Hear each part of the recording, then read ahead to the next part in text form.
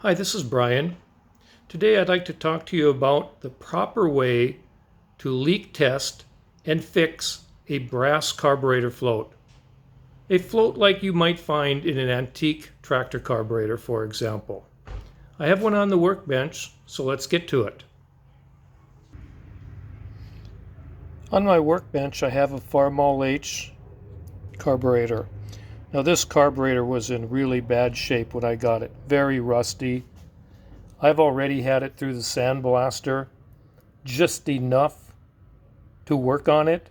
It'll have to be blasted more, but I like to run them through the blast cabinet, just preliminary like.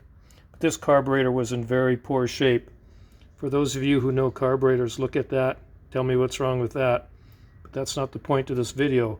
The point of the video is this, right here, this float. Now it did not look like this when it first came apart. I've already cleaned this up for the video. Now before we even get too far, I want to tell you right away, the best way to fix a float, don't do it.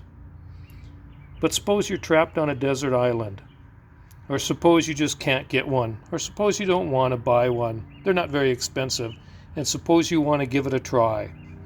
Let's talk about what you have to do to fix these.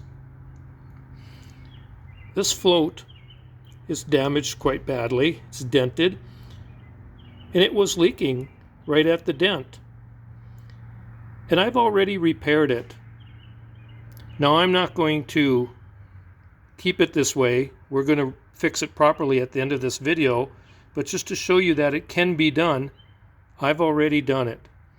But first, let me show you how we're going to leak check a float. The only way to leak check a float is with hot water. This is boiling hot water. I'm going to take this float and we're going to put it in. Now I did fix it, but there's still a small leak right there. That's what I mean. You just can't fix these things. Don't try it. You could never sell a carburetor. Like if you repair carburetors and you charge people, nobody would ever be happy with a repaired float. But let's put this thing in hot water and you're going to see it leak. Here we go. See that? Those bubbles coming up? Now this water is very hot. And it'll continue leaking until the float warms up. Then the air inside the float isn't expanding anymore, and it'll quit leaking. But what you would do then is just cool the float back down in the refrigerator or get even hotter water. Boiling hot. See, right along the edge is where it's still leaking. You can see where I did fix this. Let me focus. Now let me show you what you have to do if you are going to try fix a float. Let me set this down. If you are going to try fix a float, you're going to have to use an electric soldering iron or a very small propane torch. If you try use something like this, you're going to, even with a small tip, you're going to have way too much heat. You'd have to have exceptional soldering skills to use this. I used this, or I would use an electric soldering iron, like a soldering gun. But remember, my advice is going to be, don't do it. But if you want to try solder it, here's the key. The first thing you have to do is open up the vent. So there's a hole in the top of this float from the factory. They put a hole, because to solder the seam, like such, the float has to be vented, because the air is expanding. And then the last thing they do at the factory is they just solder that little hole shut. And the hole is very tiny. If you try poke the hole, even if you use something like this, that's way too big. You'll have way too big of a hole, and it'll be really hard to patch. But if you want to try fix a float, the first thing you have to do is open up that vent, which I did, and then I very carefully laid solder in there. I did a pretty good job. I cleaned it up, but it's still leaking, as you saw. And look at that, the damage to that float.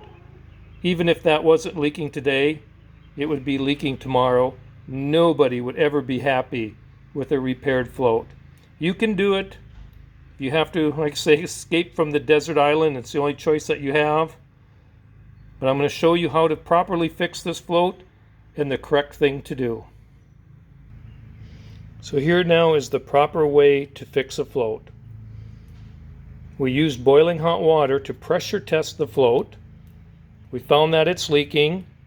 We are not going to attempt repair. We're just going to put it in the vise like this, and we're going to keep going like this. This is the best way to fix a float. Totally destroy the thing, and then do your customer a favor and get a brand new float. They're inexpensive. It's the only true way to fix a brass carburetor float is get a new one. And then I'll end the video with a picture of a properly fixed float. This is properly fixed. It's going to go into the metal recycling bin because it is brass, and get yourself a brand new float. Well, this is Brian. Thank you for watching my video. Remember the 2 rules. To leak test a float, we're going to pressure test the float. And the trick is to use hot water, as hot as you can get it, and pressure test the float as we did and look for leaks. And to fix the float, resist the temptation to try to fix it, smash it up, recycle it, and get a new one. That's the only real way to do it. Thank you so much. Good luck. Bye now.